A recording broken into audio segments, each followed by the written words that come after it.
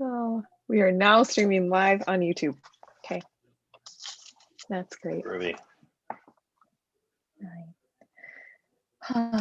make sure I have it muted so I don't start hearing it in the background. That's always a strange moment. Hi, Elaine. Christian, will you pray? Will you pray to start us? Sure. Yeah, for sure.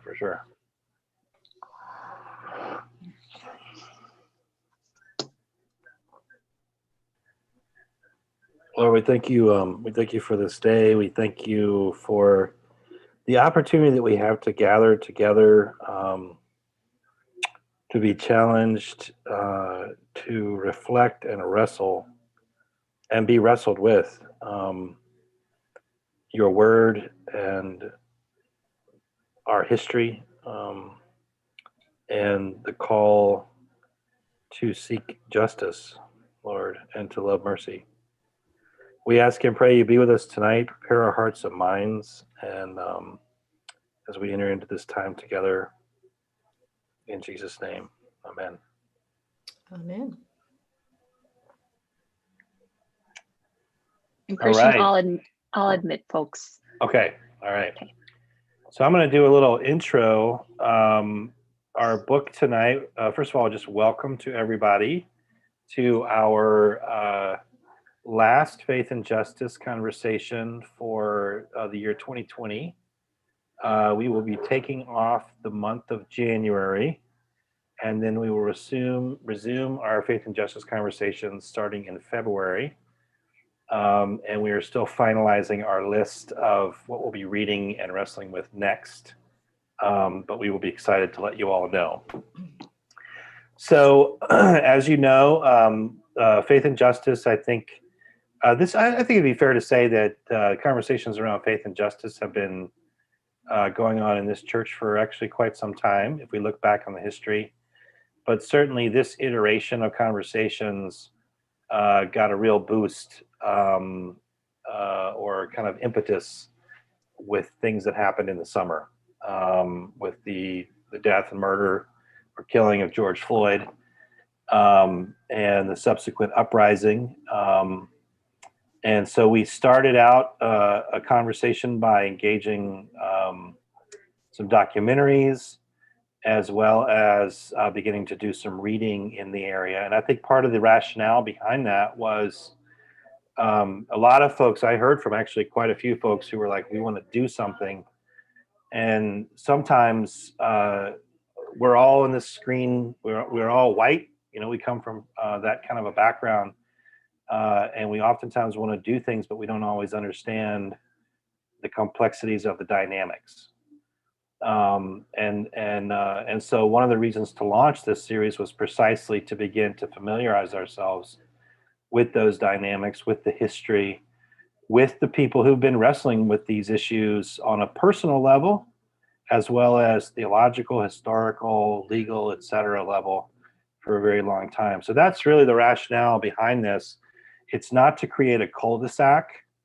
What I mean by that is not to create a space where we just drive in and we're just going to learn about stuff and talk about it and never do anything.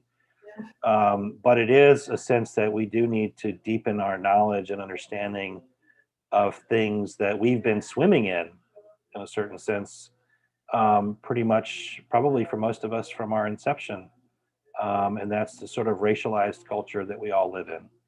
And I would say, and I often say this, that I don't think anyone on the screen would say that you asked for this, in the sense that you asked for that kind of culture, but we all have inherited it.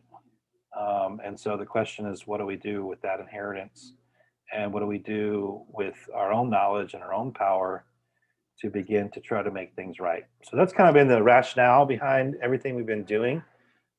We also, in terms of the books that we chose, particularly as we moved through the latter part of the summer and into the fall, was to try to do some texts that were just sort of straightforward historical, or we did one that was a kind of a sociological, legal engagement, The Color of Law, which was around the issue of redlining.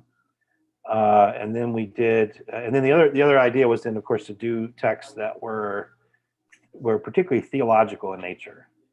And so I think the two probably most theological texts that we have read have been The Cross and the Lynching Tree, which we did, I believe, back in August.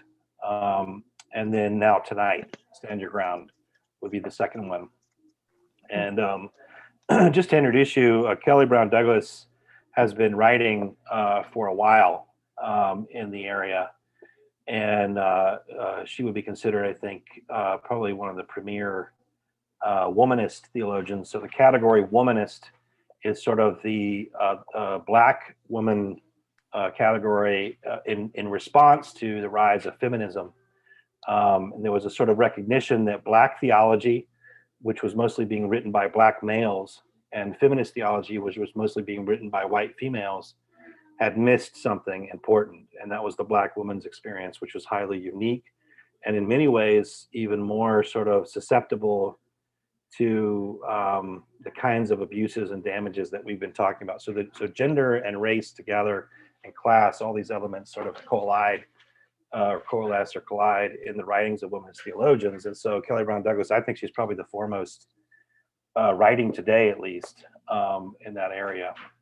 She's a professor, I believe, out at Union Theological Seminary. Is that right? See it on here. It says she's at Goucher College on here, but I don't think that's right. I think she's. Oh, she actually is, because she's at Adena Episcopal Divinity School at Union Theological. Right, I always just knew her as being at Episcopal Divinity, but I did not know that. Yeah. So she's an Episcopal priest. So she's a pastor, and you get a little bit of that in the book, where she sort of reflects on, I think, particularly the opening, where she talks about preaching a sermon right after the death of Trayvon. And she's obviously also a mother. That's another key component, a mother of a Black son. And she reflects on that a lot, so that she draws that into her narrative. And then a professor. And so someone who's wrestling with these intense and deep ideas.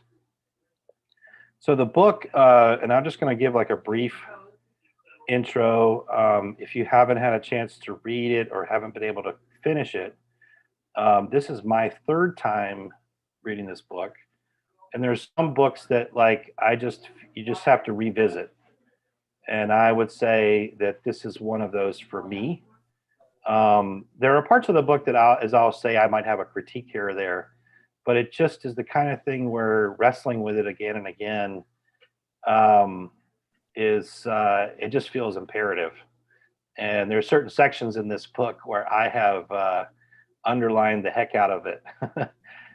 So if you haven't had a copy, or you just got your copy and you couldn't finish it, basically I'm sharing this with you just to encourage you to keep going, and certainly obviously feel free to weigh in and offer your thoughts as we're moving through. The title, on some level, if you didn't get a chance to read it, you probably wouldn't be surprised, because in 2012 you may have heard of the murder of the young man, 17-year-old man, Trayvon Martin. And this, I think it's in some ways, Trayvon Martin's murder began a process that comes into fruition with the murder of Mike Brown in Ferguson, which then gives birth to the Black Lives Matter movement. That all of a sudden, broader culture starts to hear about the experience of Black and brown, particularly men, but also women, their experience and their confrontation, sometimes with authorities like police, but also just sometimes generally. And that's what happened here. Trayvon is not killed by a police officer. He's killed by a neighborhood watch person. And there's a very controversial law that was passed in Florida called the Stand Your Ground law that enabled the person who killed him, George Zimmerman, to be acquitted of his killing. So the title of the book then comes from that. And it's sort of, if you get into the first chapter or so, maybe even the introduction, you get a sense from Kelly Brown Douglas that this experience of a Black young man winding up losing his life and George Zimmerman, by the way, is Latino. So he's not technically like, we wouldn't necessarily call him white, I suppose, but he's operating under a certain kind of process of whiteness, and that's kind of what she's after in the book. But it raised the killing and then the acquittal raised a significant question that she's really wrestling with, which is not just how did Trayvon, how did he wind up dead, but where exactly is God in the midst of all this? Like, where is God? Where is the justice of God in this situation? And she surfaces a whole host of things, both the broader cultural narratives, and we might even say processes that made it possible that this event happened to Trayvon, but also then made it possible that Trayvon's killer winds up being acquitted. And so that sort of becomes, I think, kind of the broader element. So the book is it's divided into two halves. The first half is a kind of historical exploration, and she begins like, in the Roman period. This is one of the earliest attempts in some ways to explain sort of the culture that is established and developed on the continental, North America, continental United States, in which I think it'd be fair to say, it'd be very hard to argue that historically Black and brown people have been disadvantaged, dispossessed, counted significantly as second-class citizens, subject to violence, a variety of things like that. I know we all know that things have changed for the better, maybe over the past 40, 50 years or so, but still the process keeps happening to a certain extent, and that's what she's wrestling with. So she's trying to understand and really to paint a narrative, a plausible kind of historical description of what that culture looks like what were the ideas that went into forming that, how did it configure what eventually comes to be whiteness or white bodies, and also the converse of that, which are Black bodies, right? And so these two entities wind up needing each other to a certain extent in terms of the economy, the way that system works.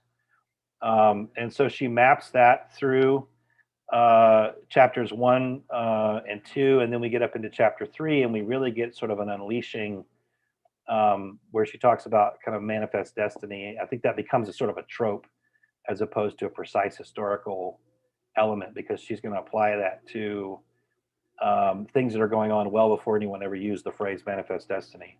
So manifest destiny were that chapter in some ways that becomes sort of an overarching way of talking about how Americans have talked, and by Americans I mean particularly white Americans, talked about themselves and thought about themselves in relation to the land, in relation to indigenous peoples, and certainly in relation to African Americans.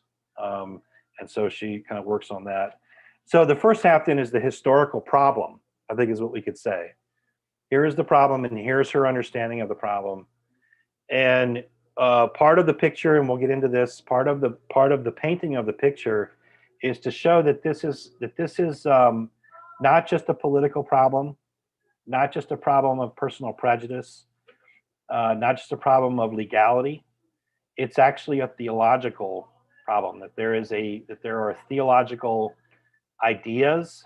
And by theology, I simply mean there are ideas about God and about human beings, in some ways informed, particularly by the Judeo-Christian scriptures, that have shaped this problem. And that's why then the second half of the book is really a theological engagement, in which essentially she's saying implicitly, a theological problem demands a theological response. And so I talked a little bit about this in the podcast, if you heard this, but I simply said it's the idea that we live in a world of many gods. We live in a world in which there are many entities, and by gods I don't mean actual gods, but I necessarily mean many entities, realities, ideologies, or whatever, that are claiming our allegiance, and they function as if they were divine, even when they're not. And what does that demand? Just like in scripture, the most significant problem is always idolatry. Well, it demands a theological response. And so that's how I tend to read this book. this text, and I'm hoping that kind of hits at most of the overview. So let me pause there and see if Sarah, if you have any comments before we jump in, and kind of we're going to let basically the book structure our conversation effectively. I think just the couple comments, I guess I would say, one is revisiting this text because I haven't read it 3 times, but I had encountered it not long after she read it. I had the opportunity to hear her speak. She was a keynote speaker at the Society of Christian Ethics a few years ago. And for me, and I was actually texting Michelle this, that when Trayvon Martin was killed, for me in my emergence in my own adulthood, it was like this, kind of for how George Floyd was an awakening for many people this summer. Trayvon Martin was that in many ways for me. And I just, and I know you've highlighted this about, she's a theologian and a minister. And again, tonight, when coming into tonight, I was re-struck by how she's a mother. And how core to this for her is her own son, and her labor of both theological leadership, but also of love and of resistance and of I think, as I will preach about the next Sunday in Advent on love, the connection between love and justice. And she is a phenomenal person, like. And that meant a lot to actually engage with her at the Gathering for Christian Ethicists. And I think one thing that I love about this book too is that sometimes as they're having conversations about racism, or whether it's any kind of justice issue, our identities can get so locked in where it's like to know oneself. So if there's a critique of whiteness, it becomes like kind of can catch your breath if you're a white person. And how part of her work and what she disentangles is that this is a whole structure and ideology that like steals life. Like if you think biblically, like the thief comes to kill, steal, and destroy, like these ideologies and the ideology of whiteness, as she's speaking about it, the myth of the Anglo-Saxon is itself one of those places that it's about the ideology that has stolen life from all of us. And so the journey back is to come back to being human in the way that God has called God's people to be, to join God and God's work of freedom, etc. And so I think that's one of the things that I think is a unique contribution that she also brings, is that way of disentangling that to help us to look at it then as people who are people of faith. So I'm looking forward for those who had a chance to engage the text to hear, what you're sitting with, and also we'll go into the text more together. But so thank you. Yeah, the only other thing I would add, kind of piggybacking on Sarah, is I remember when I was it wasn't so much reading Douglas, it was reading Cone, and I'd read a couple of his pieces, and I think I was probably working through God of the Oppressed or something for second or third time or whatever. Which is a James Cone book. Yeah. But it's the realization of a couple things when they use this category white. And I want to say this in part as a help to everyone on the screen, that that number one, whiteness is a construct. All right. It has, like, one of the things that a lot of these authors make a significant, they go to a great amount of length, is to argue that racial distinctions have no actual basis in biology beyond phenotype. It doesn't go below the skin. And so to talk about whiteness, like the way that Sarah just did, as this ideology, it literally then means it doesn't have so much to do with the fact that your skin's white. It has really to do with, for these authors, with the way that you see the world and the way you show up in the world. Right? So if it's a construct, if it's something that's constructed, and that construct tells you that you are better than someone else, then that has to do with the way you see the world and the way you show up in the world. as opposed to it being something that's inherent in you, right? And so part of the process of some of these authors is precisely to kind of shake that cage just a little bit so that you kind of see that there's a difference between, your physical appearance and the actual substance of who you might be. And I shared this also on the podcast. A lot of you may have heard of Dietrich Bonhoeffer before. Who? Yeah, German theologian, right? So he would technically be white. Well, James Cone argued that he was a black theologian. And the reason he said that he was a black theologian is because he began to see the world from the underside. He began to see the world from the perspective of those who have suffered in a system that has said that white is right and black is wrong.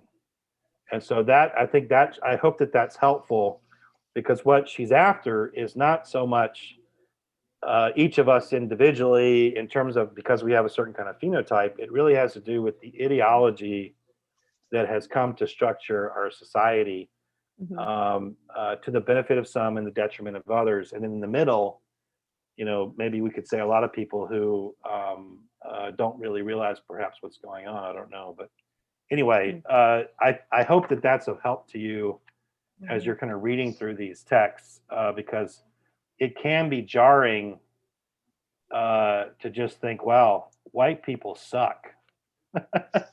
When you hear this story, how could you not read some of these chapters, I think, and come to that conclusion? And then you have a couple of options. One is you can become defensive and say that this is all baloney and you don't believe it, and this is someone else trying to make you feel bad. Or you could say, well, maybe that's not what they're after. Maybe they're trying to help me understand that it's about the way I see the world and how that shapes the way I show up in the world. So and that if it's constructed, and particularly as people of faith, like if it's a constructed lie, and a new world can be built, and that's why we pray every week. That's your kingdom come. So anyway. Amen. So with that being said, right? That being said, the first chapter deals with and she titles it American Exceptionalism, or America's Exceptionalism. Obviously, she's playing on, again, she's using a broad phrase that you may have heard applied in certain kinds of ways to cover a large historical period and to really indicate a certain kind of gesture that we might say we find in our rhetoric, in the way that we think about ourselves, and the way that we oftentimes talk to ourselves about ourselves as people who live in the United States. And that is that the United States is exceptional. And that can be applied in a lot of different ways, by the way. It has a life of its own. But in this case, she wants to use this as a way of getting at Americans have thought about themselves as a city on a hill, using those Puritan and Pilgrim phrases. And yet, when you look at the actual way, like the actual history and what that good news has meant for Pilgrims and Puritans, how that good news became such bad news for people of color, for black and brown bodies, that's kind of what she's sort of after, in a sense. She roots this in, she kind of notes that, at least in her, I think I told Sarah that I felt the first part of the first chapter was maybe the weakest part for me in terms of her genealogy. And that has to do with her rooting this story in Tacitus and his reflections on the Germanic tribes. But she basically traces back to Tacitus's writing. He is, a Roman general, and I believe he becomes an emperor at one point. And he's writing on the Germanic tribes, and he talks about how they, as a people, one of the clear markings of them is a pronounced desire for freedom, and that it literally courses through their blood. And so I think part of what she's interested in is the biologizing or the biological element that we oftentimes use or think that we are using when we talk about race or racism. And so for her, it's rooted quite early on. And then the reason she brings up Tacitus is precisely, I think, because that writing shows up in the early history of North America, in the reflections of some of the Puritans who come over, and particularly later on in the reflections of Jefferson and Franklin, et cetera. And so she's trying to figure out, where does this come from? What's the root of this? And she puts her finger on Tacitus as a potential culprit. Let me stop there just to see. I mean, I've been talking for almost 30 minutes. So I should probably shut up for a minute. Go ahead, Janet. Well, I just want to add that I went to the race exhibit at the Science Museum when it was here, maybe, I don't know, a dozen years ago. And I went with a mixed race group from the North Side. And one of the things I learned, and I can't give you the source, but it's essentially said that the only thing that determines our skin color is the distance that our ancestors lived from the equator. The only thing that accounts for skin color. And I was just blown away by that. So Thanks that has just helped me. Thanks for, yeah. It's so interesting how our lives can walk closely with each other, even when we haven't overlapped. Because I took my grandma Joey, who you've heard me talk about, who I love and love dearly. And she was raised in a family that was overtly very racist. And there would be little comments she would say about things that were racist. And I was like, hey, G, we need to go to this thing together. And like that exhibit, like unlocked something where she literally said, she goes, oh my goodness, I guess maybe we actually are all the same. Yeah. You know? The other thing I recall was they told how much differential there is in the DNA of everyone on the planet. And it's very small, like 2.5% or something, just unbelievably small. So we're not biologically that different, and yet we think we are. So it's just really interesting to get some of those facts. Thanks, Janet. Elaine, you look like you're I love how you can like one. I think the other thing about the racial differences is that we all came from Africa. Right. I mean, that we need to remember that we all came from Africa and then migrated to all these different places. So thank you. The only difference is how far we are from the sun and the need for the skin to adapt to that. Thanks, Elaine. Yeah, for anyone who, following with that, for anyone who had the opportunity to engage with this chapter, I talked about this a little bit in the podcast, but just the ways that she talks about also how like the definition of who got included and counted in the Anglo-Saxon, so whiteness is Anglo-Saxon myth. Did anyone else like responses? Had you read that before or heard how she's talking about the inclusion of more groups of people, like where suddenly the Italians who weren't considered white now are white? Any thoughts or responses or?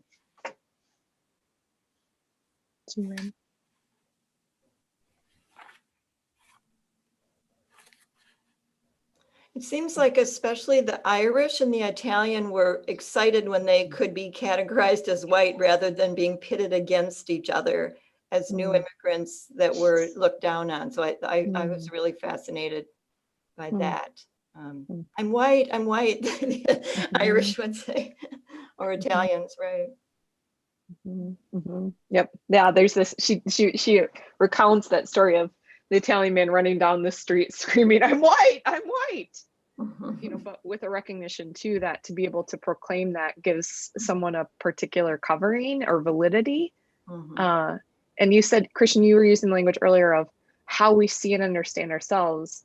And what I would say to that is one of the things she also talks about is that how the world sees and code. I mean, that's central to this, right? How the world sees and codes us. Like, am I dangerous or not? Am I human or not? Yeah, and I even though she doesn't talk as much about this in here, it's really fascinating to study English and Irish relations because you find the very same sort of process happening in which the English are typically in charge and the powerful, and the Irish are not, and they are configured in almost exactly the same way that in the United States is a black and white thing. There it's English Irish, and you've probably seen the signs in certain places, no Irish, no dogs allowed, those kinds of things. That tells you though that's precisely what tells you that this is an ideology, right? And that's what we're after, as opposed to simply an attack on your person, I suppose. I guess is the way I would put it. It was always interesting. I used to teach a travel course where we went to Ireland, and students, because we would go to Ireland, and none of these students had any investment in the Northern Irish conflict, the Troubles. But once you started to hear the rhetoric, and you could see the what was going on between, say, the Scotch-Irish pro-union folks, and then the Irish Catholics on the other side, so IRA. All of a sudden, you could see the same dynamics, and many of them went back, and they all of a sudden realized, wow, I can actually see racial dynamics that I couldn't see before, because I went there and I saw it in a way that kind of removed something that was more difficult for me to see because I had been racialized in the United States. I was always impressed with the logic leap that people had to have made on the original census where blacks were 3/5 of a person. I mean, how do you, Right. how do you get over that? I mean, that's just anyway, enough. Thank you. Yep. And Elgin, are you just talking about the existential response to that? Well, yeah. I mean, how do you argue with yourself to get to that position? And yet, the majority of them did. And it's just so illogical that you've got to make leap after leap after leap, and yet we have trouble making leap of faith about religion. Anyway. Thanks, Elgin. Yeah.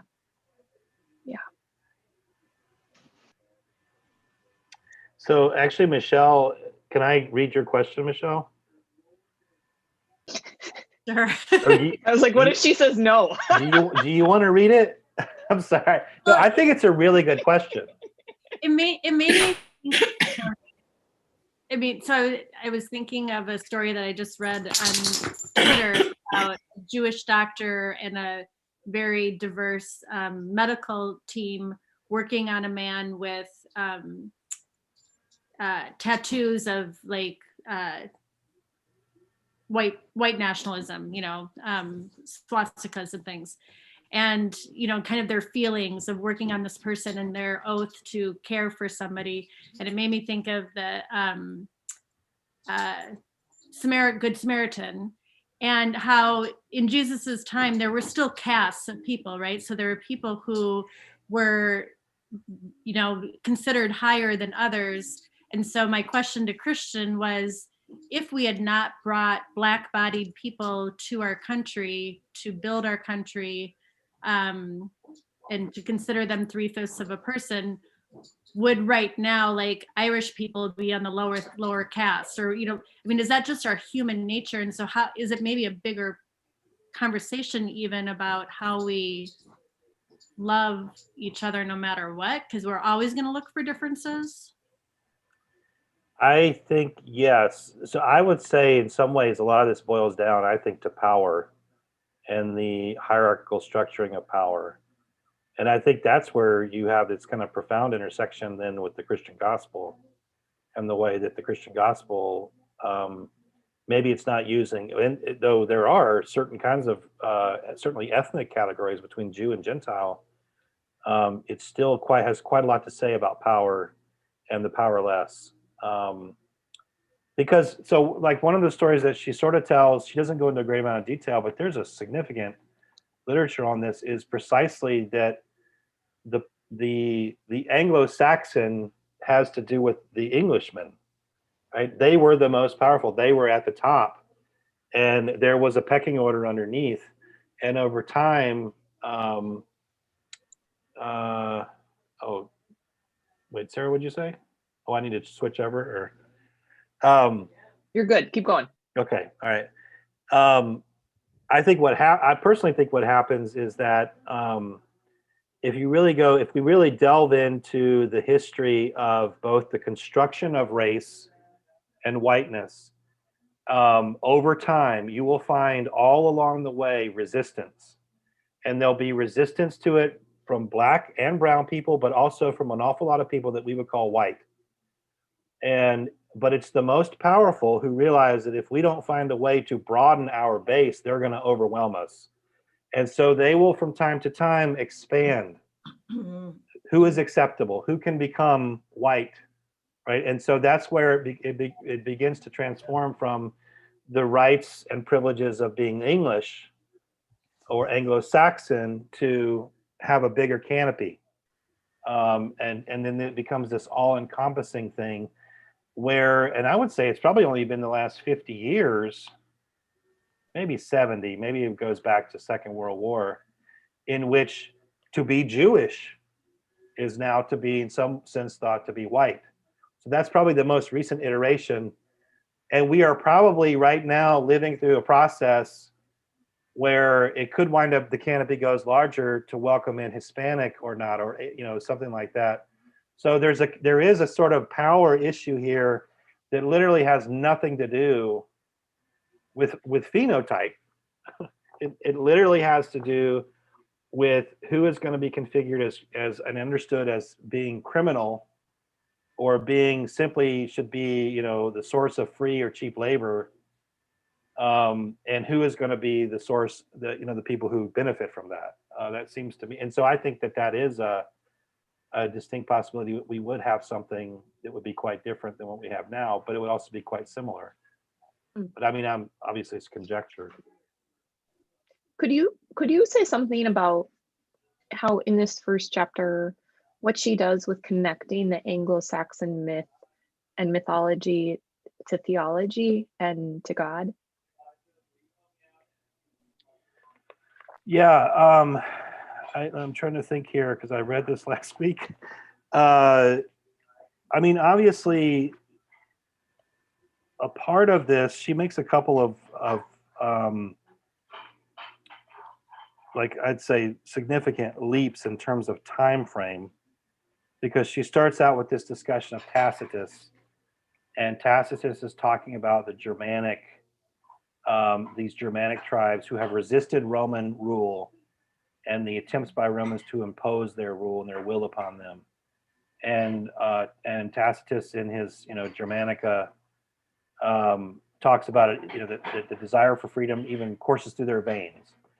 And at some point, and I don't feel like she really gives us a significant historical grounding, but let's say like, at least in terms of what it feels like she's saying, is that at some point, the English begin to talk about themselves as Anglo-Saxon. And so they appropriate this. And I think it has to do probably with William the Conqueror, who comes in. And it's only like 2 generations after William the Conqueror that the Magna Carta is issued. And the Magna Carta, of course, is an argument for the necessity of freedom. And so to bolster the fact that common people should have rights and freedoms, you have to develop a certain kind of ideology and story. I mean, one of the things you find is that, power and lack of power certainly has a certain amount of violence that backs it up, but ultimately it also has to have stories, because you can't legitimate, like you can't hold a place. I mean, we've all seen this in the recent wars that our country's been involved in. You have to quote unquote win the hearts and minds, right? You have to weave a narrative to a certain extent that convinces people that it's in their better interest or whatever. So at some point she's arguing that the English, right, in the context of England, appropriate and bring this in as a way of talking about themselves.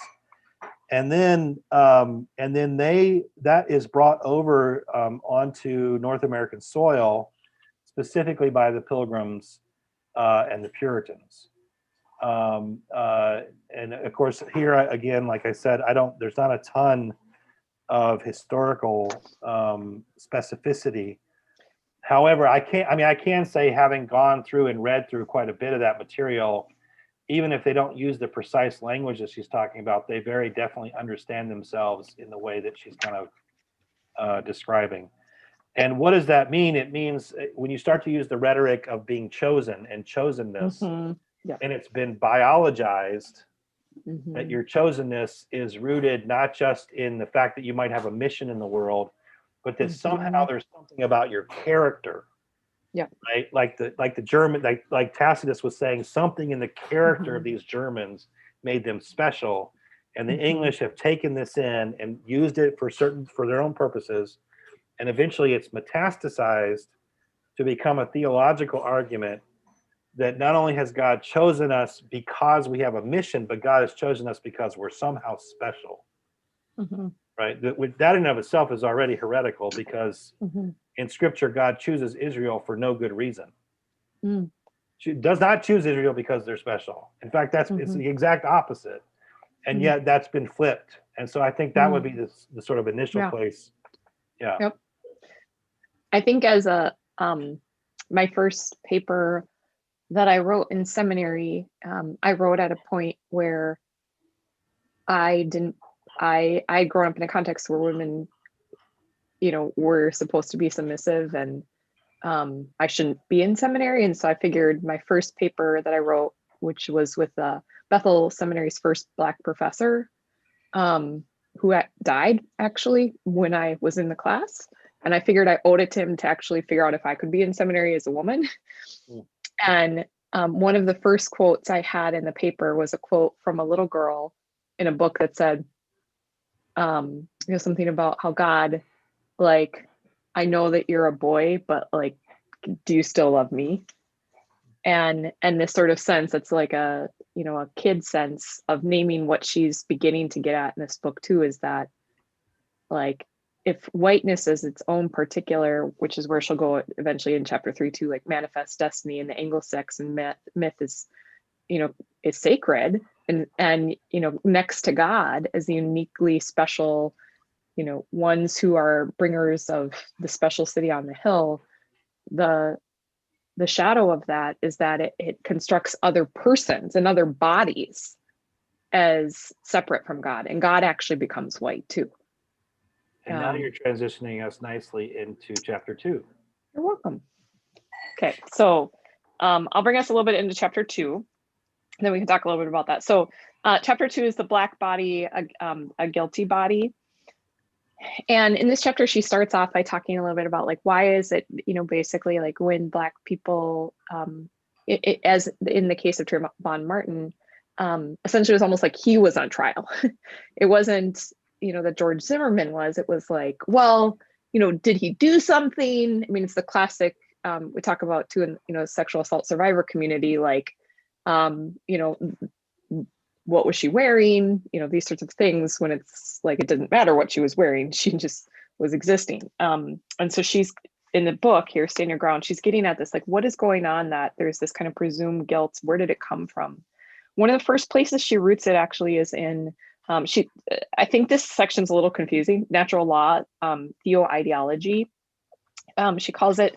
So I would just basically summarize it to say what she's doing a lot in this section is she's referring to the discourse and tradition that inside of particularly Catholic theology and ethics, which is the natural law. And it's kind of like, it's this whole thing that basically, like, things are the way they are, and the way they are tell us something about God and about God's design and God's order. So case in point, feminists would say Thomas Aquinas is totally sexist. Maybe.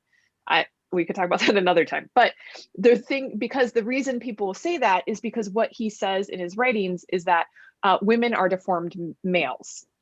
Well, according to the biology of his time, he like he thought in God's economy, women were necessary and equally made in God's image, but biologically, like produce like, he thought. And so he thought natural law, how nature is, would tell us women are deformed, and yet in God's economy, women still matter.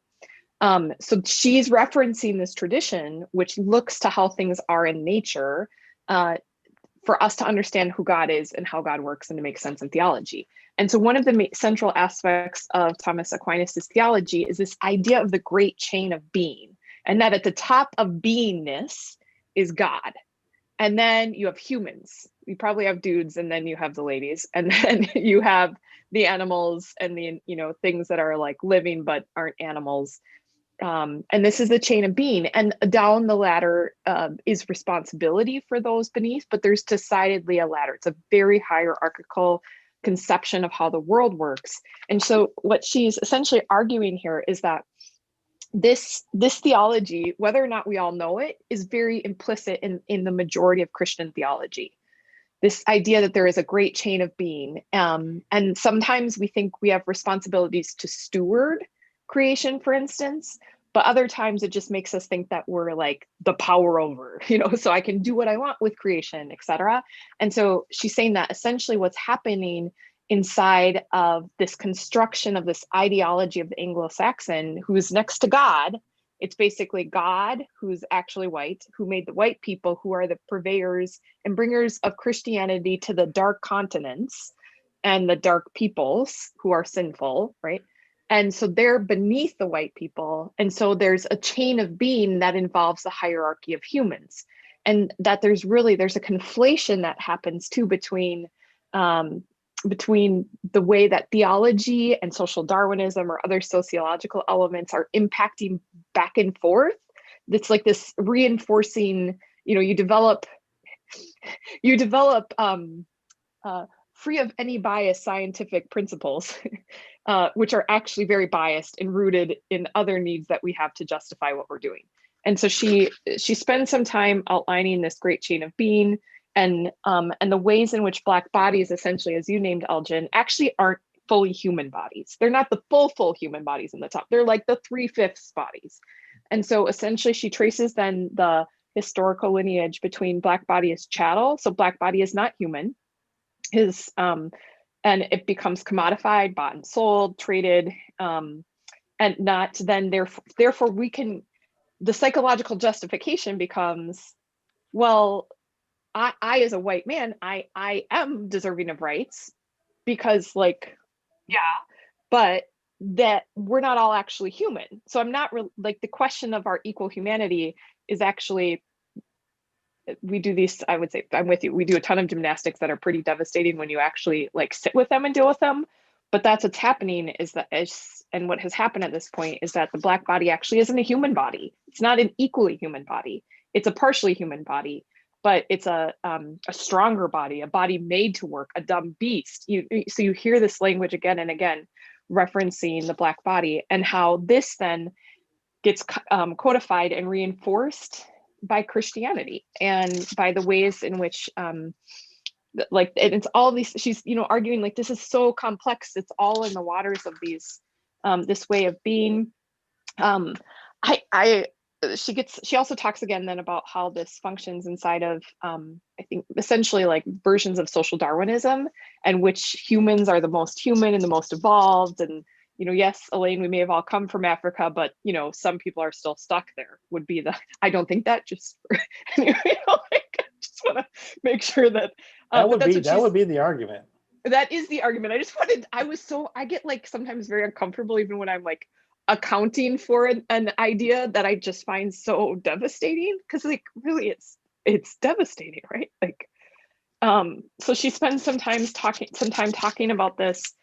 And one of the pieces this is more, she doesn't write about this, but I was thinking a lot about in terms of this book and then this chapter, is she talks William Jennings Bryan, who was like a very influential politician who ran for Trivia Alert's youngest person ever to be on a presidential ticket, and ran 3 times and lost all 3 times. But the important, interesting things are for this is that he actually, we know him historically for being this kind of like, we think of him as a fundamentalist who was super against science, because he was part of the Scopes monkey trial, and he was the person who was really against it. But what we usually don't remember historically is the reason he was against it was because he was concerned in large part that Darwinism was being employed to make different bodies, namely Black bodies, less human. And so he was and poor bodies. Yeah. So he was concerned about the justice of God. That is actually why Williams Jennings Bryan was so strongly against the teaching of evolution, was because he thought it allowed us to believe that some bodies didn't matter, weren't as evolved as other bodies. And so she, although she doesn't reference Bryan, she's talking about how this functions and how then the Black body not only is chattel, but it evolves and is seen then the way that you can dehumanize is you come up with narratives socially, right? So it becomes a sexualized body, it becomes a dangerous body, it becomes, in these ways, it is a less than human body. And so she traces how this functions. And then she traces how, even in our times though, while yes, Black bodies now cannot be bought and sold and commodified in the same sort of way, they're still in our current culture, like history isn't just a past, history impacts our present. And so she references Michelle Alexander's work and how there's been the move then from chattel slavery to Jim Crow to then the way that our criminal justice system and the prison pipeline and the profoundly disproportionate ways that Black bodies are marked as criminal. And so that's where she goes in this chapter. And she also, and basically then says, this is why the Black body is on trial, because the Black body is not a fully human body and is always suspect and is rooted in this long lineage that has identified them as not fully human. The end of chapter 2. Thoughts, questions, your own responses, things that struck you as you read it? I didn't know I had so many feelings about that chapter, but I had a lot of feelings about it.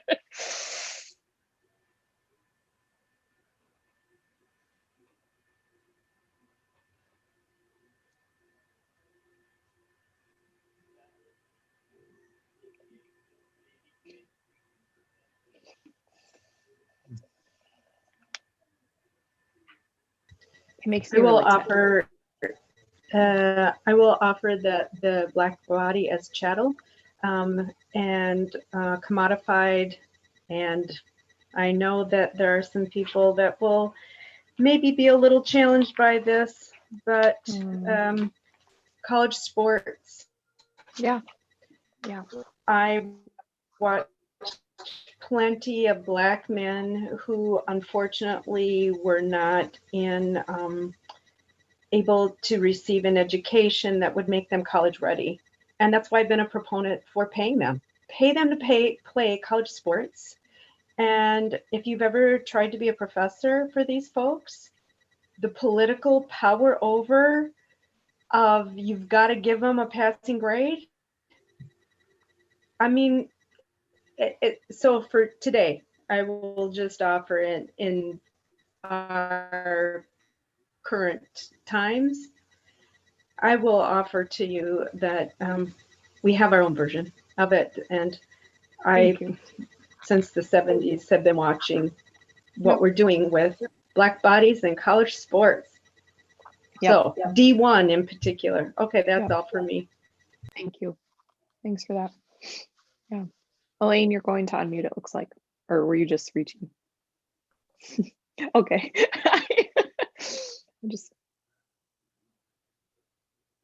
Okay. Thank you. Why don't we go to chapter 3? Because then we'll start to move towards Manifest Destiny and the theology sections, because I want to make sure we get there. Yeah. Am I okay? I'll make sure I wasn't muted. So if we have in chapter 1 then the construction of whiteness, and then we have in chapter 2 the construction of its antipode, blackness. Then chapter 3 kind of puts them together. And I don't know if it doesn't. I'm not sure. I don't know if it. I guess it does kind of put them into dialogue, if you can call it that. But now, I think now it'd be fair to say that she's starting to widen the aperture into kind of more cultural matrix, we might say. And I honestly think, I was thinking about this the other night. It's interesting. Last night I was watching a little tidbit of The Last of the Mohicans. Have any of you seen that? So this is a movie from the 1990s. Daniel Day-Lewis. Yikes. Yeah. Talk So about it was all- violence. Yeah. I love that right. movie in the 90s. Yeah. I mean, extraordinarily violent movie. Probably. Mhm. But it also kind of it also sort of, and if you ever watch a lot of the movies that are sort of sort of Americana, what is America sort of at its root when it first starts, there's a kind of inherent violence, right? And you put your finger on it, and you have to sort of say, well, yeah, I mean, it was if we talk historically, it was the taking of the land and the enslaving. And it's not just the enslavement of Africans. Initially it's enslavement of indigenous in certain areas. So what you get then, I think, in chapter 3 is a way of talking about to some extent, much of American history as the history of settler colonialism, in which we've never really gotten beyond being colonial.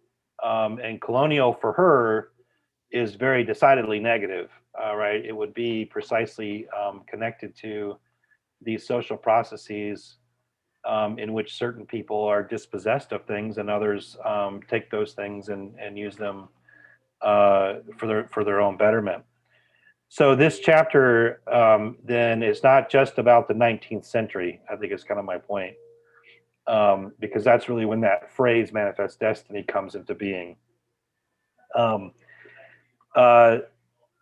It really is, in some ways, I think, her way of talking about American culture. So when she talks about stand your ground culture, in some ways she's saying that this is just an extension of the manifest destiny culture of the 19th century, which, so that we're clear, that phrase was being used and was really invented in the 19th century and was resisted, by the way. And that's key here. It's not just being put forward by white people. There are also white people who are trying to resist it. It's just that eventually it triumphs.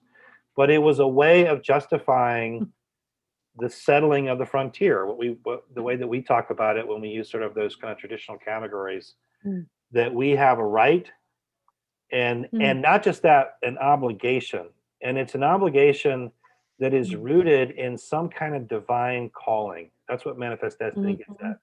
And there's been a number of, and quite apart from the racial component, a number of very interesting sort of engagements with this idea that have been going on for the past 100 years that argue that in some ways this is a kind of heretical eschatology, right? It's a sort of it's a belief about what does it mean to establish the kingdom of God on earth.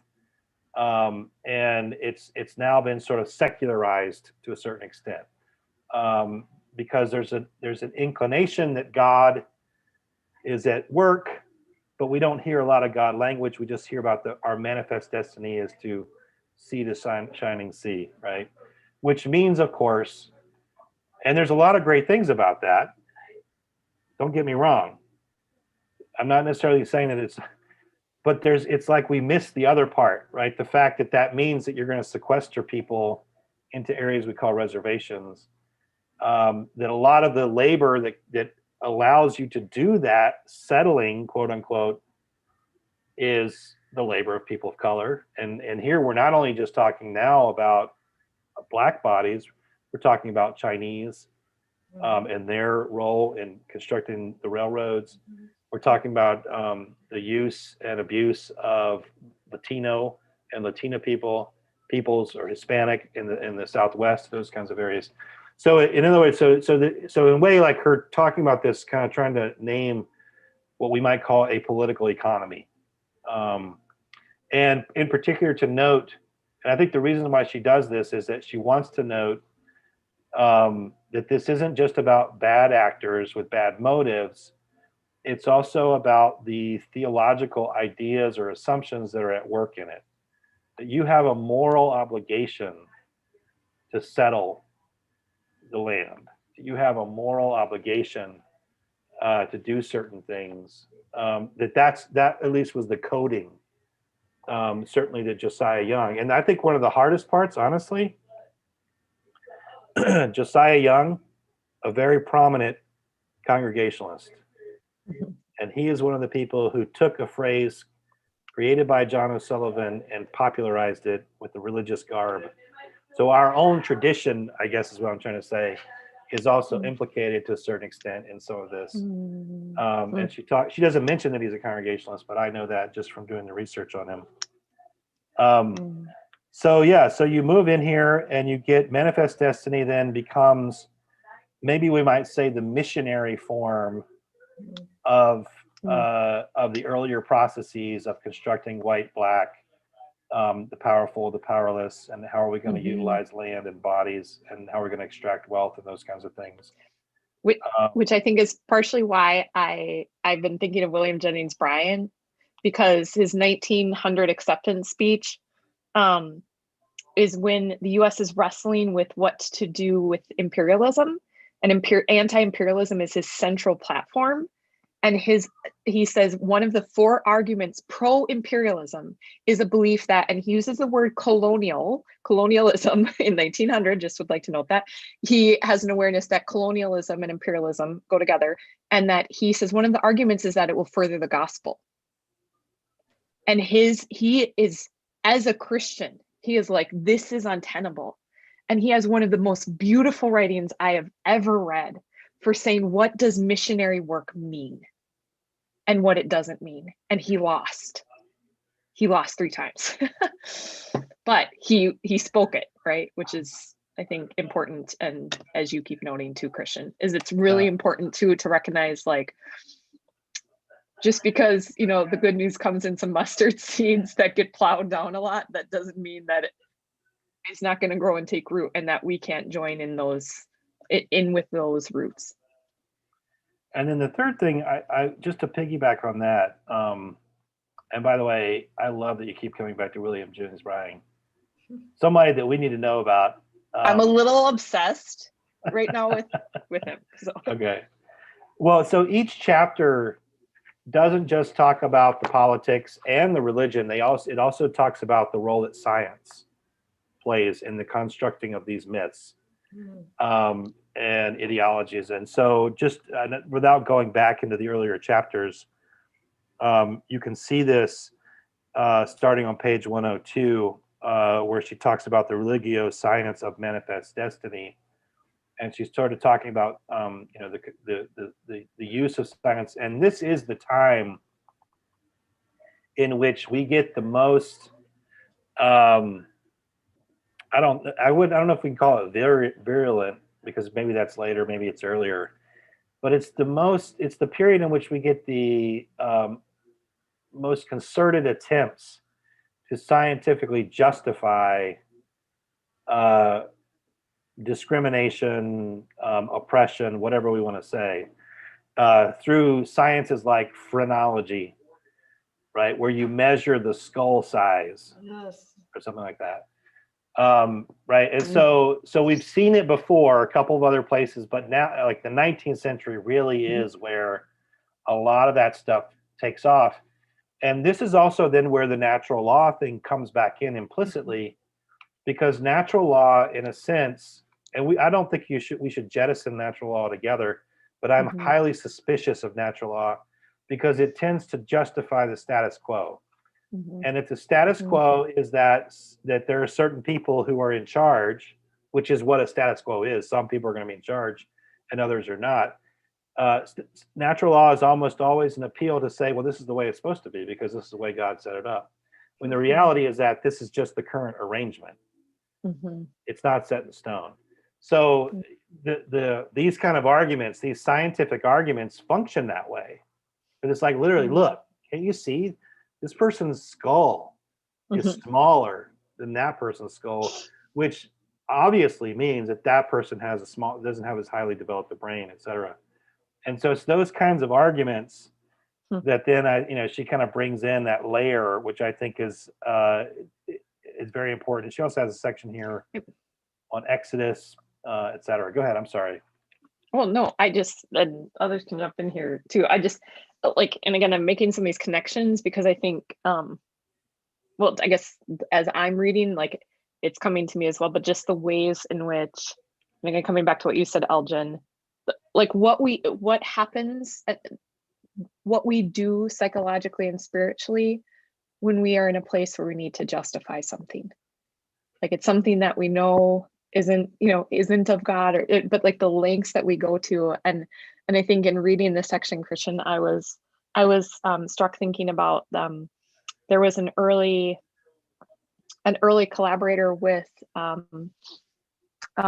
Freud, and in their work, their first published piece that they did together, they wrote about and discussed how essentially they had uncovered that at all levels of French Parisian society, that there was what we would term sexual violence, like familial based sexual violence and incest and etc. And they were so, like when they published this, they got so publicly derided that they went two different directions. And as we know, this is where then Freud went in the direction more of like the sense of his article on femininity, which is not my favorite, the sense of like women's repressed sort of obsession with men, and and how this all is like this subliminal sort of sublimated thing. And basically his colleague persisted in researching how at all levels of French society that there was sexual violence in families. And he was like, we don't know his name, like he's not a name we know, but how the truth of what they had uncovered was so appalling that they went a different direction. And how often we do this. And this is where, like, I think about, and where she goes in this, is like, the truth will set us free. Wait, first, what's the quote? Isn't that Steinem or something? First, it will terrify you, or it will make you angry, or how does it go? I think it's, if it doesn't kill you, it'll set you free or something. Well, there's that, first it will, and then there's the one that's like, the truth will set you free, but first it will make you angry. Because it like awakening to these histories, like you've named it, is so painful and devastating, and the ways in which we've justified ourselves. And yet I also think like, oh my gosh, what a profound opportunity for deeper Christian formation to actually let ourselves encounter the truth and be set free, and to have to get to stop like developing ideologies and living into them that allow us to see ourselves and others not as fully human, because it kills all of us. So I don't know. Yeah. Others' thoughts or responses to what Christian was just sharing about the manifest destiny, the chapter, other things that are hitting you or striking you from what you're hearing now or what you've read? Well, or any of the chapters. We want to hear from you now for a little bit. Is natural law an anti-Christian concept? No, no, it's not. It's more prominent. Okay, what Christian said is more correct. But no, it's a more predominant strand of theology inside of Catholic social teaching. But Bonhoeffer actually does a lot of work in his ethics around natural law. And it's the sense though that the natural order teaches us something about the character of God. It teaches us, it's a sense of, creation sings your praises. Like, if we don't say, the rocks will cry out. I mean, it's rooted in that place. So I think that's the aim, is to utilize, or even thinking of the Wesleyan quadrilateral, it's to use our minds and to use science and nature to help us understand the ways of God. I think what Christian might be alluding to a little bit is, and it can be, is that when it's just employed to preserve status quo, or isn't critically reflected upon from like utilizing our faith to critique and to reflect, that it can become profoundly un-Christian and non-Christian. Is that what? Yeah. So, but yeah, it's a big, Thomas Aquinas is a big. That's what I was kind of getting at. There's and this is something it was hard won as a critique, because like Sarah said, natural law in a sense dominates Christian teaching around ethics probably up to the Reformation. It's probably not till we get to the Reformation that we start to get a kind of questioning of that. And the real issue seems to be what natural law says essentially is that if you question the state of things, you're questioning God because God set it up that way. But if you look around, the state of things are unjust. It can put you in a real bind. And so people like Bonhoeffer and others like that are kind of, I'd say they're kind of in a transitional phrase of trying to say, yes, there's something good about the world and the way it's set up, but that cannot be an excuse for us to say that the world, the way it is the way it's supposed to be. Like that's the balance that I think that the argument is trying to figure out. What is the opposite of natural law? Unnatural. Yeah. That's what I was going to say. It kind of depends, because I think natural law has a specific meaning in ethical circle. It tends to be something in ethics. But what's the debate between natural law and what else? Well, there's like situational ethics. There's, you know this, Sarah, because you're the ethicist. I was just going to say, I think in some ways this is where, and then we'll go to Janet. I think in some ways this is where, like Aquinas was in many ways revolutionary, because he's actually embracing science, the best science of his time, that was coming from the East and out of Islam, to rethink Christianity. And so there is a profound and beautiful impulse, I think, inside of natural law.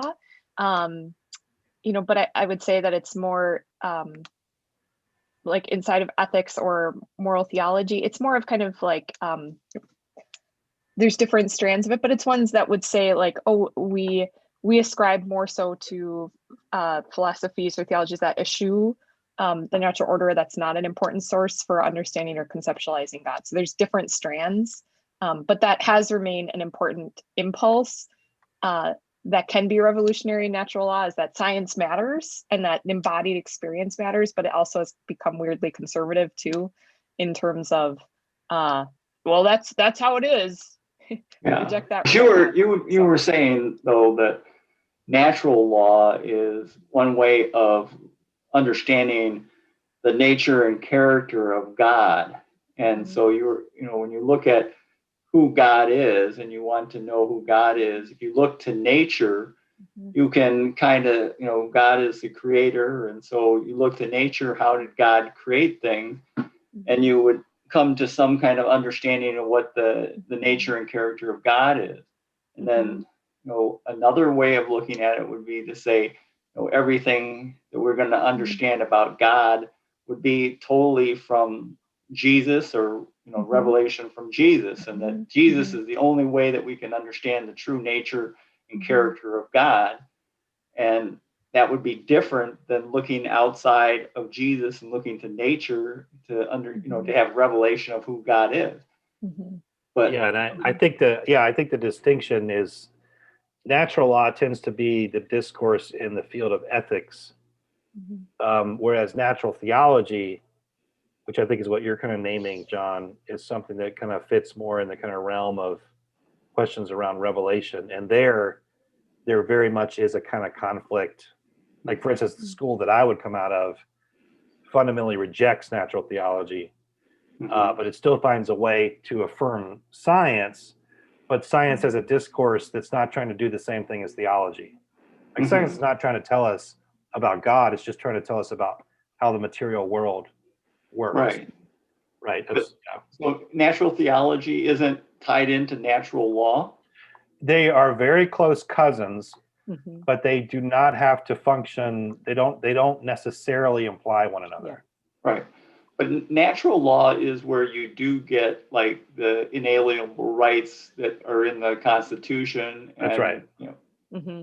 That's right. So this is why rejecting natural law totally also feels like it could be deeply problematic. Right. Yeah. Because there is a sense that that the whole concept of the Constitution and these rights that you have as a human being, are pretty I mean, that's a pretty magnificent discovery that the founding fathers have. You know, the problem is that they limited it, you know, where they limit it, you know, they make it just white men, where it's just, you know, it's really, they kind of didn't understand their own concept, you know, really, and then it broadens through the, you know, the journey of America. I mean, you know, the idea of the American Constitution, and you know, if you look at it, those rights have continually grown, and who is included in that as having those rights. And all of case law, all constitutional case law going back, you know, is continual progress of giving more and more rights up to just recently with the Marriage Act. I mean, it's pretty progressive. Yeah. Well, and yeah.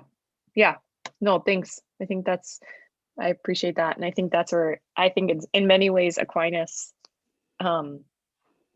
his work makes possible the Enlightenment. So, but yeah. Janet, what have you been thinking about? Well, I'm really curious about how theology undergirds these racist tendencies, and I have two questions. One is what you think about the sons of Noah, and how some people use the condemned son to be an excuse for an inferior race. I think that's what some people are saying. I don't know if that's yeah. And then the other question is, I heard Kane Hope Felder and Cheryl Saunders, two Black theologians, talking maybe 15 years ago, and they were making a strong case for Hagar and Ishmael being the kind of the mother and son of another race that gets really denounced and seconded, you know, to Abraham and Sarah. And I was wondering whether you've done any thinking or study about that being another place where sometimes Christians can start making those false assumptions about. Yeah, thanks for that. I can say a couple of things, and then Sarah, if you have some things. So the first thing I can say is that we're literally, at least in terms of theological discourse, I think living through the period right now of trying to figure out what are the large theological frameworks that do the heavy lifting, what I would call the theological scaffolding that makes it possible to be a white supremacist or something like that. And I don't just mean that in the kind of really bad way of wearing a white robe. I mean like where you just think, yeah, white people are better than other people. So I mean that in the kind of broad problematic sense. There are some folks, Willie Jennings, who argue that it's in a distorted doctrine of creation. And they might see the curse of Ham ideology, which kind of props up or crops up in the 15th, 16th century and becomes a sort of small attempt to make an argument that creation is structured hierarchically, right? So typically that argument about the curse of Noah, I think is a more tactical argument that's functioning within some bigger framework. My work has been, and so the article, I provided an article when we were first thinking about questions around name change and things like that, where I talked about Christopher Columbus and how he understood himself. Because if you've ever read any of his journals, it's a highly theological. In fact, he argues that he went west not because of any maps that he had or because he was trying to find a trading route, but because he was trying to fulfill a prophecy of Isaiah. So he understands himself in a sort of prophetic sense. So my work and the sort of what I have gleaned through my research is that it's not so much creation, though that could be part of it, as it is eschatology. That the way that we think about the direction that history is going, and in particular our role as a community in eschatology. So, and I kind of detail a lot of this stuff in that article and some other work that I've done. There's other folks who would argue it's in Christology, or maybe it's in the doctrine of God. So the question is still being worked out, because the doctrine of God shapes your anthropology. So if you think about God in a certain kind of way, it's going to affect the way that you think about human beings. Right. Part of my argument in the eschatology piece is that I think it's when eschatology becomes unhooked from Christology, from Jesus, that's when it really becomes deeply problematic, and I kind of map some of that out. So I would suggest that that's still going on, trying to figure that out. And there's a bunch of different avenues in, because it's not just trying to understand what happens in North America, but a lot of this reflection has to do also with what happens in Nazi Germany, right? Because what happens to the Jews is configured theologically. And of course, the Christian church, particularly both the Catholic and Protestant, but especially the Protestant church, is enthusiastically, behind Hitler.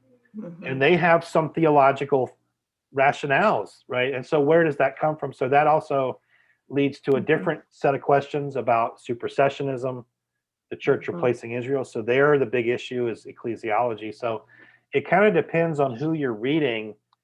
And here's what I personally think. I think it's like an imbrication. Like the solution is not going to become, if we get one thing straightened out, everything else is going to fall into line. It's going to be for us to realize that it takes multiple things to reinforce themselves. That's how we're going to start to move forward. That this thing over time was built in a weird way. And to unbuild it and build something else is going to require a whole host of different kinds of things. So that's just my 2 cents in that regard. So anyway, Sarah, go ahead. I apologize for rattling. No, I'm going to give that article. I'd love to read that. I think I'll send it out. I'm not sure if everyone on here. I'll make sure. Michelle, could you take note of just who's here? Because then I'll make sure everyone's in the group to get the emails about faith and justice. Because then I'll send, we can send your your article, sorry, as an attachment, as a follow-up after tonight. Because we're getting near the top of the hour, I just wanted to, kind of note that with a penny thought, and then bring us towards where she goes in the very end of the text, which I think offers some invitations for us.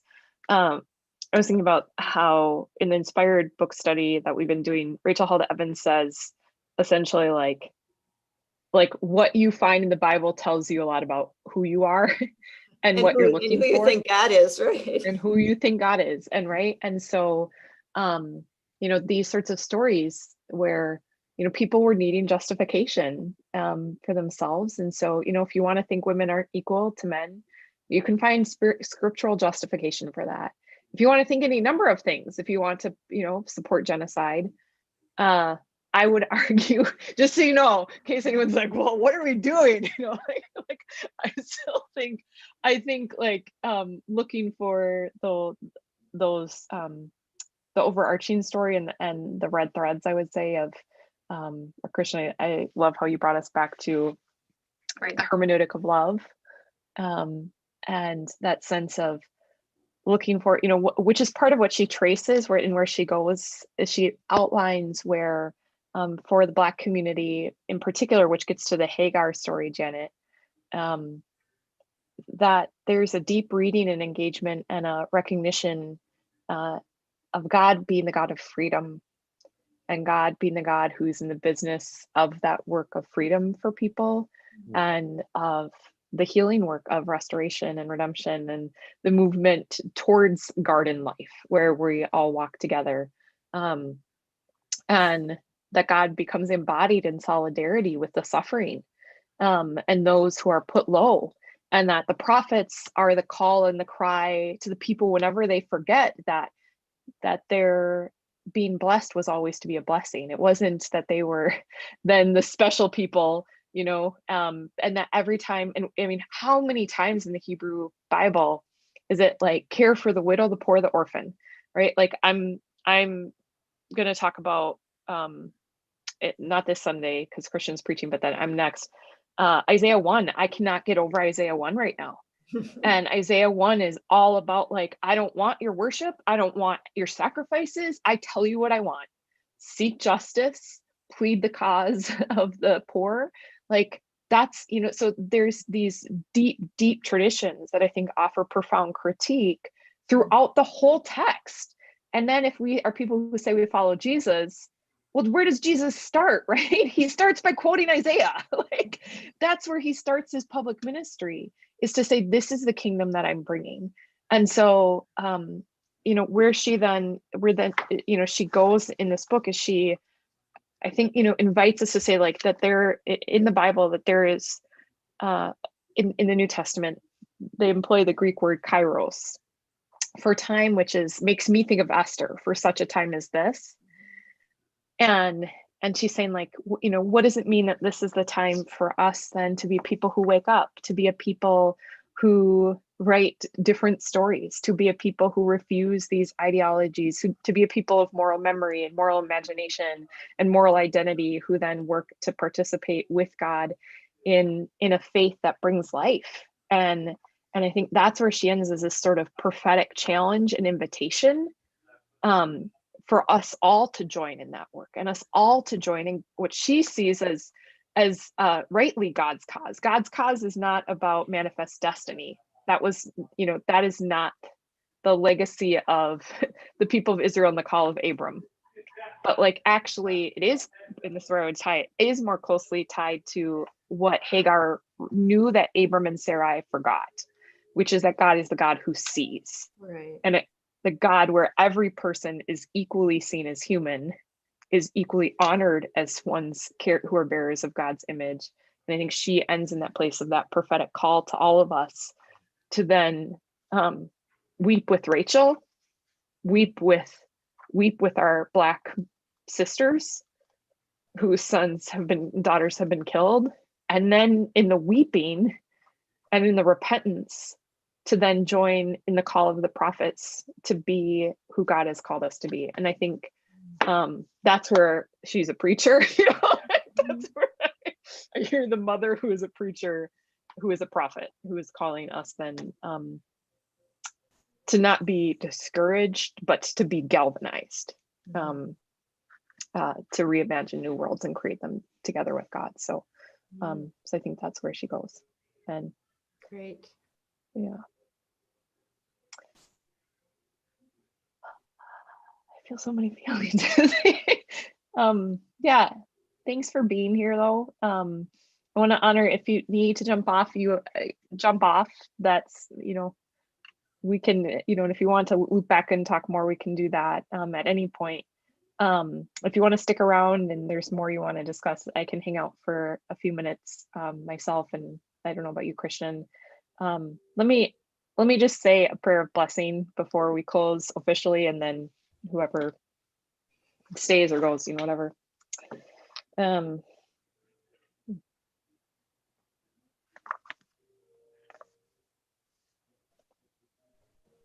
God, may you give us eyes to see and hearts that can hear, that we might be people who are more deeply discipled into your image and your kingdom. God, we grieve and repent of the ways that the wages of sin have killed all of us, and ways knowingly and unknowing we've participated in the harming of others. And Jesus, we want to follow you in embodying your good news and in living it, that all of your children might be honored, might be cared for, and might know you. So God, for these gathered here this night, And for your mustard seeds of revolution that sometimes look like they are long in coming, God, we continue to pray. It's in Christ's name that we go forth. Amen. Amen. Amen. Thanks, everybody. And yeah, feel free if you have thoughts and you want to share them, you can stick around, and otherwise we'll talk more later.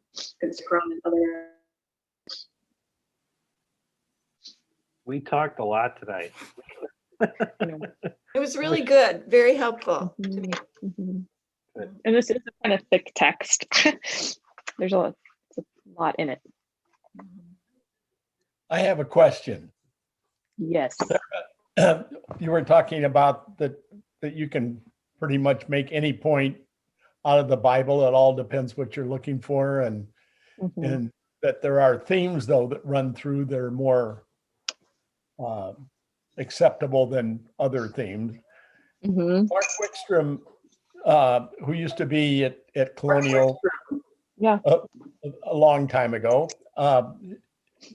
he made the point that the Bible, not everything is of equal importance, Mhm. and used the concept of a house with a structure, the basic structure, but then you got the window trim and other things. Is that in your minds, is that an acceptable way of looking at reading the Bible?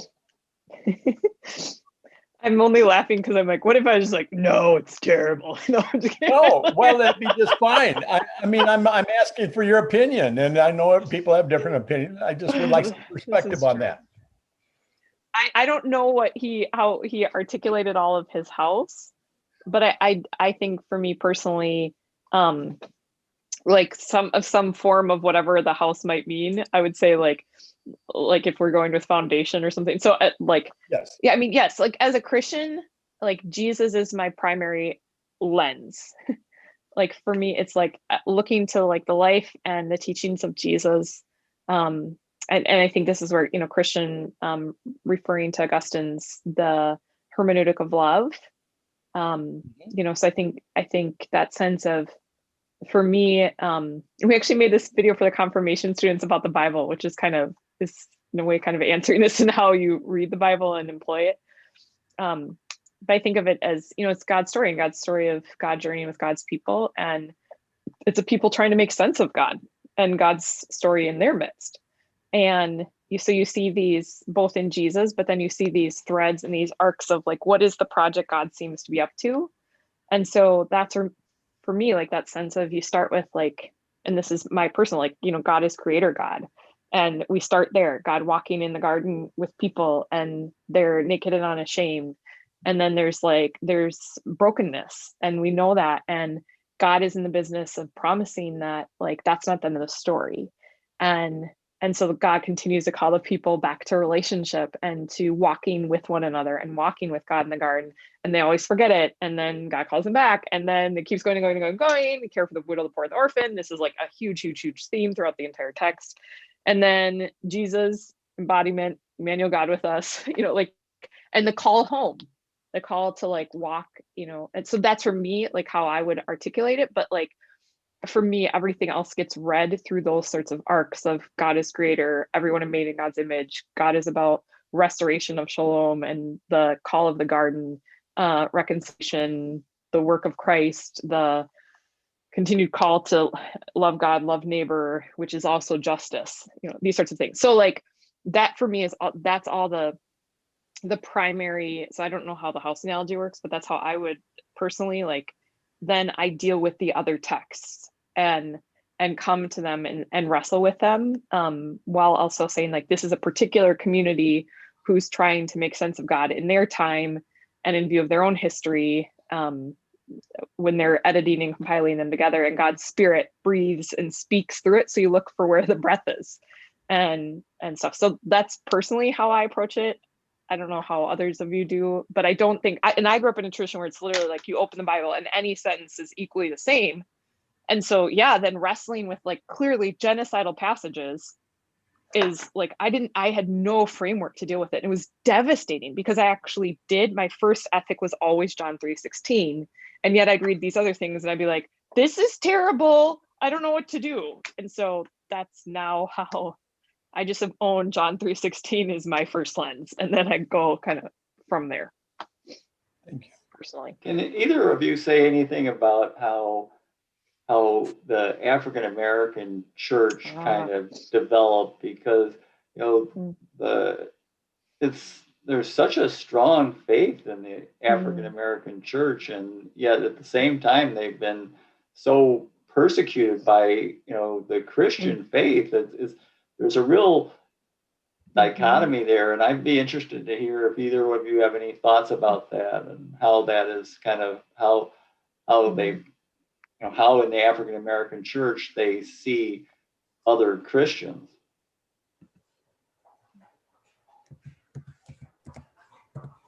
Well, there is a famous hymn or spiritual, and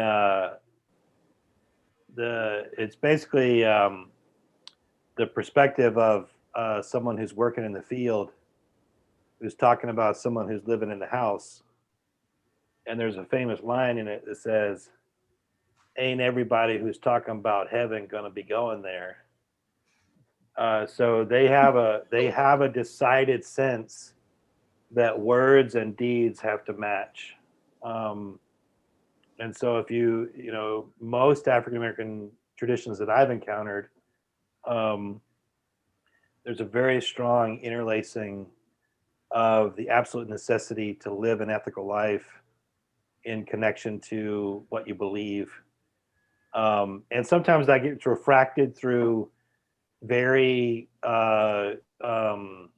punctilious, kinds of ideas about not drinking, not smoking, not cursing, or going with women who do, that kind of phrasing or whatever. But other times, and I think for the most part in the history of the church, there's been a decided sense of like connection and commitment to some form of just social arrangements. And you find that almost from the very beginning. Is that kind of what you're asking about a little bit? I mean, that at least has been my encounter. Yeah, I think sort of that's general kind of what I'm asking about. Over this pandemic, when Al Sharpton gave his service for George Floyd. I don't know if you saw that at all, but that was a powerful sermon that he gave, and it's interesting to me. There's so much of it's all about freedom and freedom, and get your knee off of my neck. Get off of my neck. Just stop holding me down. You white people are holding me down all the time. And there's a big thing in African American church about justice. Justice means get out of my face. It's a really passionate plea to just like get out of here. Well, I think I appreciate that, and I think Janet, I know you've worshiped for a long time in a predominantly African American church. I don't know if you have any thoughts that you. Yeah, I just wanted to say one thing that I've noticed is that they're not afraid of talking about their pain in front of the congregation or as part of the congregational conversation, and because of that, seems to me they need community more, and they embrace community more, because that's how they get through things. They are there for each other. So the community felt stronger to me and more visible and more visceral. Well, I think it's interesting because it's to be here in this space, because Christian, I know when he first became a Christian, one of the very important formative theological works for him was James Cone, God of the Oppressed, right? Was it God of the Oppressed you read? Yeah, that was the first, his first theology text I ever read. That was the first theology text he read. And, and James Cone was a Black theologian, ethicist, was at Union Seminary for forever. And interestingly for me, you know, coming out of my own background and the faith tradition that I came from, as I was awakening more to whiteness and white supremacy and the Christian role in it, it was so devastating for me. It's still devastating. And I didn't know what to do with it. Like I think for me, I kind of was like, if this is possible, then what am I doing? Like if people can employ Christian faith to be this horrific, like what? Like what is going, like something is wrong, right? And it, for me, so interestingly, on the other way, I would say James Cone saved my faith.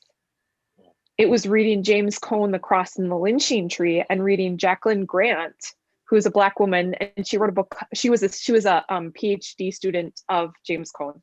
She wrote a book called Black Woman's Jesus, White Woman's Christ, or maybe the inverse of that. And in it, okay, and in it, there's the echoes between the two of them is a sense that I think in the Black community, not only is there the sense of like God is on the side of the oppressed. God is for freedom. God is about the Exodus, people. Come on, you know, like Jesus is the new Moses. We're gonna get over, you know, like I've seen that promised land and it has freedom in it. And not only is it that, but it's a sense that God's radical solidarity, like what the white people missed out on is the fact that like God came and got crucified. And it wasn't like an atonement for my sins. It was the wages of a sinful world that unjustly killed God when God came and walked his love amongst them. And so there's a sense of like, Jesus is my brother. Jesus knows struggle. Jesus knows suffering. And Jesus sees me in it. So faith has functioned in this way of this profound resiliency that like, kind of to what where you started, Christian, like, right? Like, y'all think you know what's going on, like, but let me tell you, like, I've met God, you know, or what is it? I've met God and she's a Black woman, you know, like, you know. And so for me, it opened up, as a white woman in my own faith, that it opened up this ability to be like, if my siblings of color have been able to like not only like live but survive because of this faith, then I got to get myself discipled. Like I got to get re-discipled again and like come back to the cross and have my faith be formed at the feet of my siblings who've told me something about what God is up to that I didn't see in the same way. And so it's actually been a real probably one of the greatest gifts of grace in my life. I agree with that totally, Sarah. I hear that in my experience too, and I think that you know that's the thing that I find kind of hard to deal with in white Christian churches is just this refusal to want change. You know, just constantly refusing to accept any kind of change, and that when you talk about you know, what is Jesus about? Jesus is a rebel. He's like, let's get it on. Let's go. Let's move on. Let's go to the future. Let's get going to the land of the freedom. You know, and it's not this like status quo. Everything has got to be the same. Keep the people in power. That is not it at all. And I think you're absolutely right when you hear in the Black churches.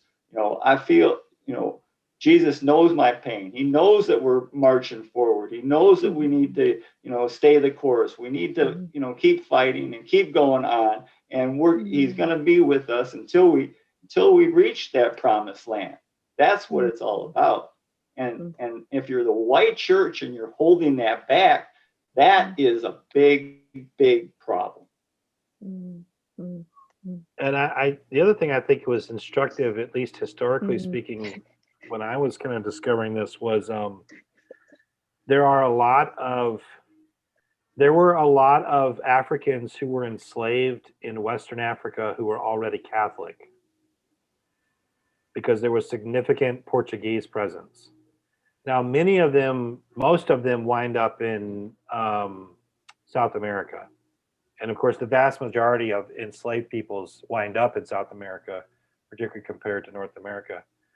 But the Afro-Protestant church starts in the slave context And so discipleship, the question about discipleship and freedom and what is God envisioned for the human community, those are so central and much more central than they tend to be, I think, in white churches.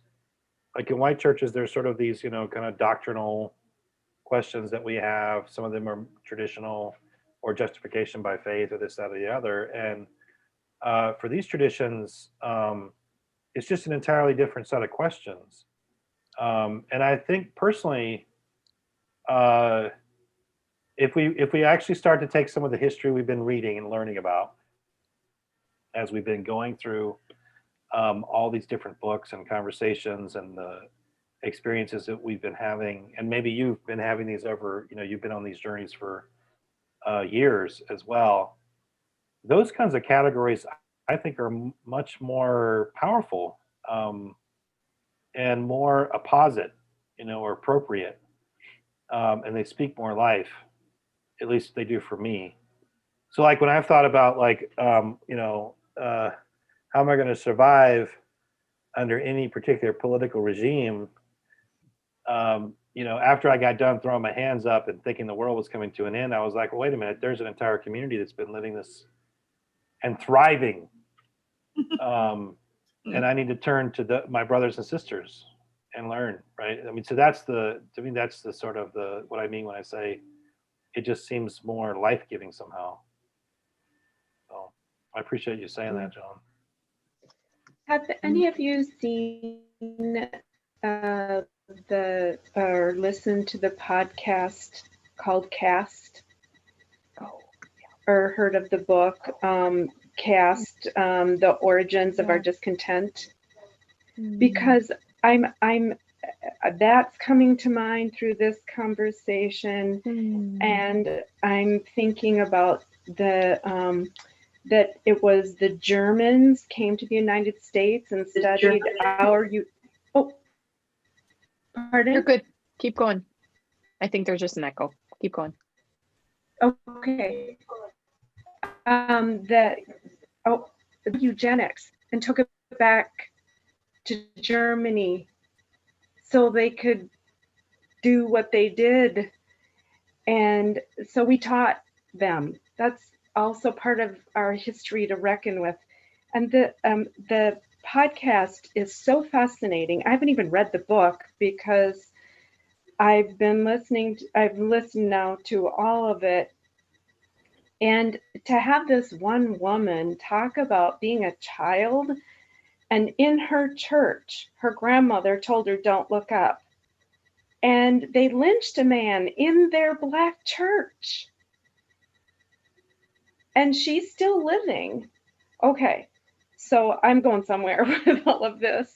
So I've got that I'm thinking about. And if you haven't had the opportunity to listen to her, Isabel Wilkins, she again says, this book found me. It called me. I didn't want to write it.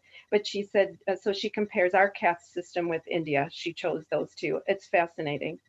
And then my son told me about the podcast 1619. And so that's another one that I've listened to. So the questions about Black churches and, when they first came over on the boat and how they got here, it's also, I think they're well worth your time. John, when you were talking, I thought, oh my gosh, I wonder if you've had the opportunity, because I think you would really be kind of wowed by the facts that these Black folks share. And a couple of nights ago, or a couple of Saturday nights ago, if you haven't, he does the opening, you'll want to, because it again is our slavery, what we're doing. And as a result of what he shared about his great grandfather, he never got to meet at his job, not going to show his stuff for free. He never Mm. got paid for it. And they decided they weren't going to be party to that. Mm. So there is this awareness, Mm. and I'm going to call it a reckoning that's Mm. happening. And in our own faith community, I am wondering if there is one thing that we can all believe. And it's been stated, Sarah, can we all believe that every human being is created in God's image? Because if we can believe that, then we can do everything better and do the right thing. And it might only be one thing, but I listened to the last time you were all together and talked about white too long, and I about broke our TV because I was so unnerved by the talking over and bypassing about these lynchings. And my oldest is Black, and he's not working. And in fact, interestingly enough, he was texting me when I was able to join you all. And I'm very concerned about him. And he's in New York City. There is something, this situation, he's embodied the shame of being a Black man. So as you can tell, I'm very concerned. I'm hopeful. It's Advent. I'm hopeful. And I won't be party to letting us off the hook. So I'm going to not let us off the hook.